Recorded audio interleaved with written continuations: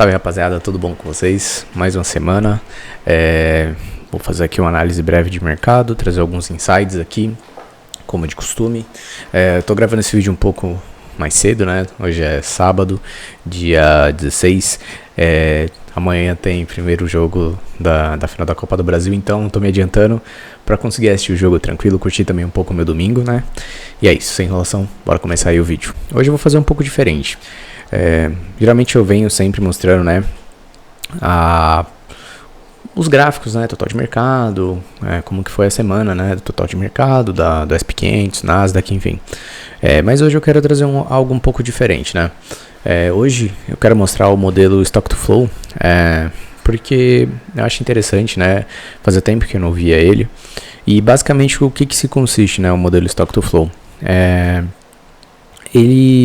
Ele mede, né, de alguma forma, ele trata, né, o Bitcoin como se fosse alguma commodity, como ouro, enfim, petróleo, prata, enfim. E eles têm, né, uma certa reserva de valor. Então, ele encaixa o Bitcoin, né, esse conceito, né, do Bitcoin como comparável a essas commodities. E no gráfico, né, como vocês podem ver, o preço que está acima da linha, né, com relação ao fluxo ali, pode ver que é o preço que continua acompanhando o Stock to Flow, né, com o preço do Bitcoin no longo prazo. Resumidamente, o que eu quero dizer, né, esse modelo, ele mostra, né, quando a gente está em preços bons para você comprar o ativo, né, preços que geralmente estão muito descontados do que deveriam estar, né, então vamos supor, essa linha essa linha cinza, né, deveria ser o preço que o Bitcoin tinha que estar hoje, né, e as bolinhas ali é onde o preço está atualmente. E logo abaixo a gente vê que tem como se fosse um termômetro. Então esse é um bom preço para comprar Bitcoin, segundo o modelo Stock to Flow, porque ele está bem sobrevendido. Então o que eu quero dizer, né, que mesmo, né, o Bitcoin estando ali na faixa de 25, 30 mil, ainda para o longo prazo, né, é um bom preço, porque pelo modelo Stock to Flow, a gente pode ver que com o decorrer dos anos lá para 2028, o que se espera é que o Bitcoin chegue a $100 mil por unidade, né? Então, meio que isso daqui comprova, né, que comprar Bitcoin agora não é algo relacionado à pirâmide ou é uma bolha. Muito pelo contrário, né? Se mostra algo comparável a uma commodity, por exemplo. Então, algo que eu acho muito interessante para a gente poder ver e também pensar, né, para o longo prazo, usar isso como, de alguma forma, usar isso a nosso favor. Também tem o total de stablecoins, né? A gente pode ver que essa semana entrou bastante dinheiro, foi mais de $1 trilhão ali que entrou, perdão, mais de 1 bilhão. A gente pode ver que entrou mais de $1 bilhão, no total assim, de stablecoins essa semana, e algo bem interessante. Vinha, né, em queda já faz algumas semanas e teve essa entrada boa. E também teve a entrada de Bitcoins em exchanges, por ter entrado, né, bastante dólares, né, nas exchanges e tudo mais. Consequentemente se entrou, né, houve bastante compra nas exchanges de Bitcoin. É algo pra gente observar, né, geralmente quando tem esses picos, ele se mantém ali por mais 1 ou 2 semanas e depois ele começa a cair de novo, né. Então acho que é interessante a gente observar as próximas semanas se o balanço, né, a entrada de Bitcoin, de stablecoins nas exchanges está crescente ou não. Acho que é um ponto muito interessante pra gente começar a observar também. Algumas notícias dessa semana, né? Algumas nem são dessa semana, mas eu vi só essa semana, então decidi trazer aqui pra gente. Essa semana que passou, a gente teve dados do CPI, PPI e dos pedidos iniciais por seguro-desemprego lá nos Estados Unidos. Eu venho acompanhando isso com mais frequência, porque essa semana que vai entrar agora vai ter a decisão da taxa de juros, né? Eu já comentei no Twitter que eu acredito que a taxa de juros americana ela vai assim, o percentual terminal vai ser em 5,5, 5,75. Eu acredito em mais um aumento da taxa de juros, que vai terminar em 5,75 e vai se manter pelo menos por 6 meses, né? E esses dados são usados, né, para que o Fed, eles olham esses dados e decidem, né, se a economia americana ela tá crescente, ela tá muito pungente. Então isso indica que é algo inflacionário, que eles precisam controlar e talvez, né, aumentar a taxa de juros ou não. E nesse caso aqui, os dados veio um pouco inflacionários, porque e assim, foi coisa baixa, pouquíssima, né? Eles assim, os pedidos iniciais vieram abaixo do esperado, significa que tem muita gente trabalhando, o que é inflacionário. O CPI Core, ele veio ali no que se esperava, né? O anual, porém, o do mês de agosto, ele veio um pouquinho acima, e também o CPI, que não é o core, que não é o cheio, né? Ele veio também um pouquinho acima. É algo que, na minha opinião, não mostra, né, que a economia está muito crescente, então não acho que isso é muito inflacionário, mas se mostra, né, que pelo menos no mês de agosto as coisas nos Estados Unidos, a economia americana, ela teve muita atração, né? Ela foi bem crescente.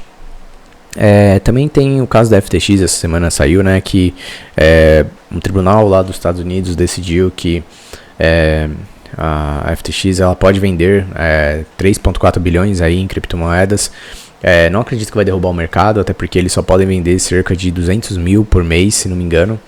Então, 200 milhões por semana. Lembrei, 200 milhões por semana. Então eles têm lá, né, é o limite deles por semana. Não acredito que isso vai derrubar o mercado. Eles têm lá várias criptos, Solana, Bitcoin, Ethereum, enfim. Então eles podem fazer a venda com esse limite de 200 milhões por semana. Acho interessante, né, de fato, vai ter um despejo, mas não vai ser um despejo, uma corrida assim. Eles vão despejar muito no mercado. Tipo Solana, que é um dos maiores, acho que é o primeiro ou o segundo ativo com maior quantia, né, no portfólio deles, sofreria muito com isso, Bitcoin também, mas eu acho que não vai ser o caso. Também tem a questão do governo aqui no Brasil, né, tá tendo uma transição, né, com frequência ali no Senado para ver se eles taxam, né, todo mundo que tem cripto em 22,5% ou só taxam, né, os lucros realizados.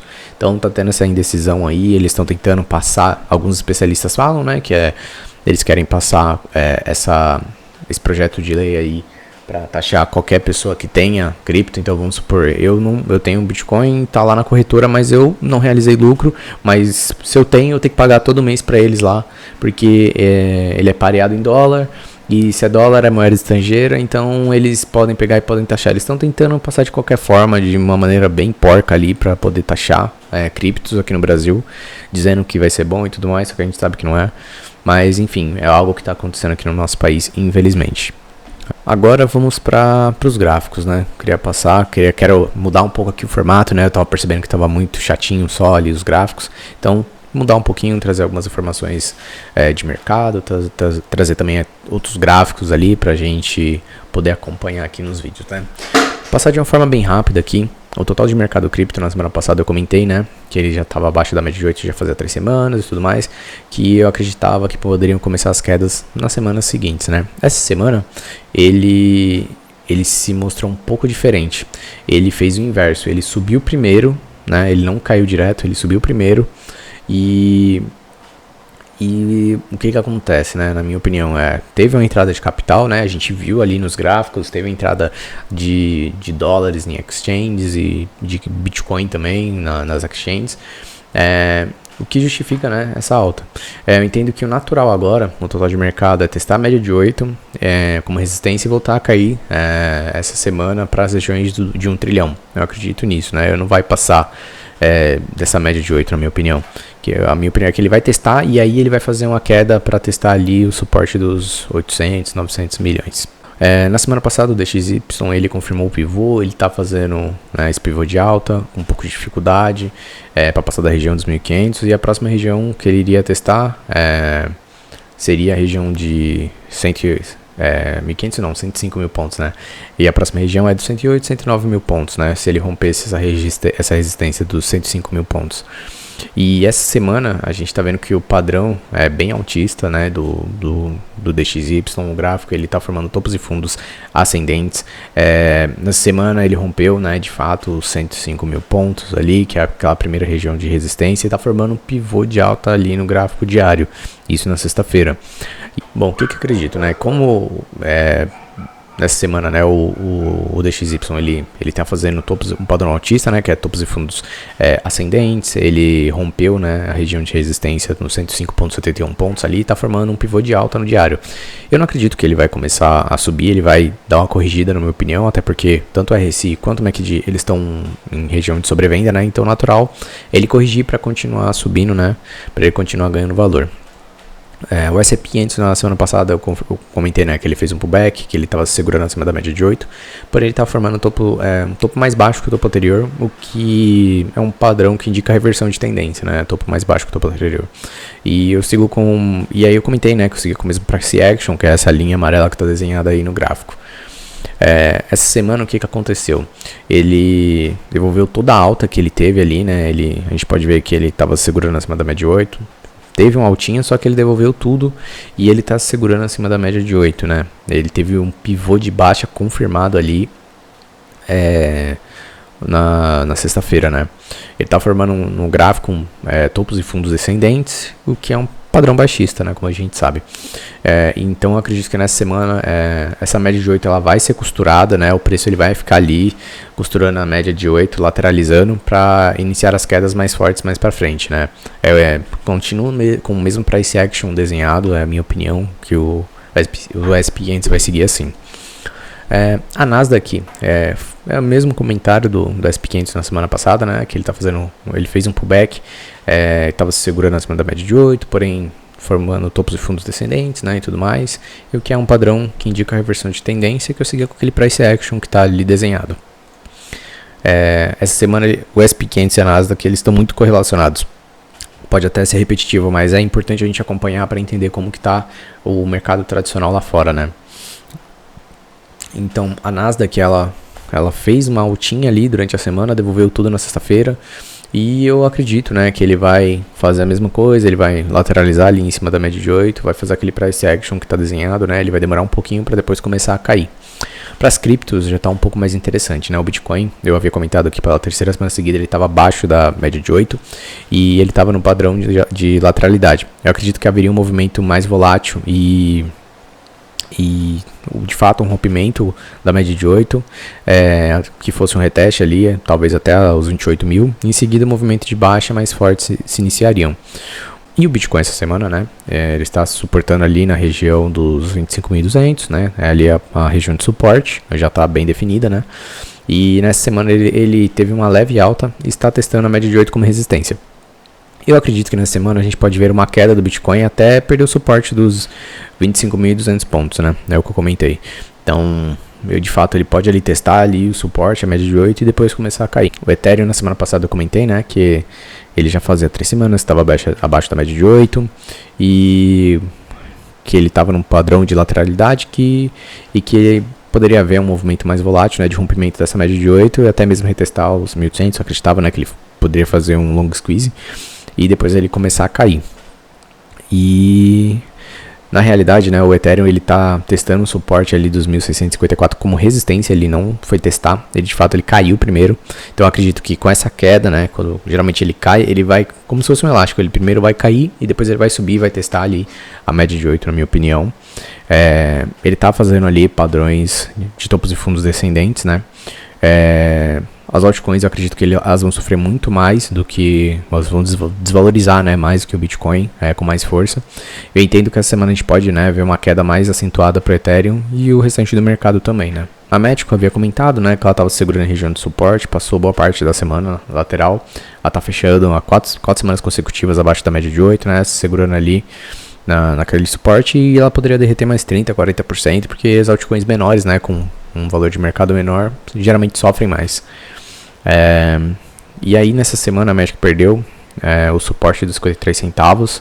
Ela está fazendo topos e fundos descendentes, né? Indica mais quedas pela frente.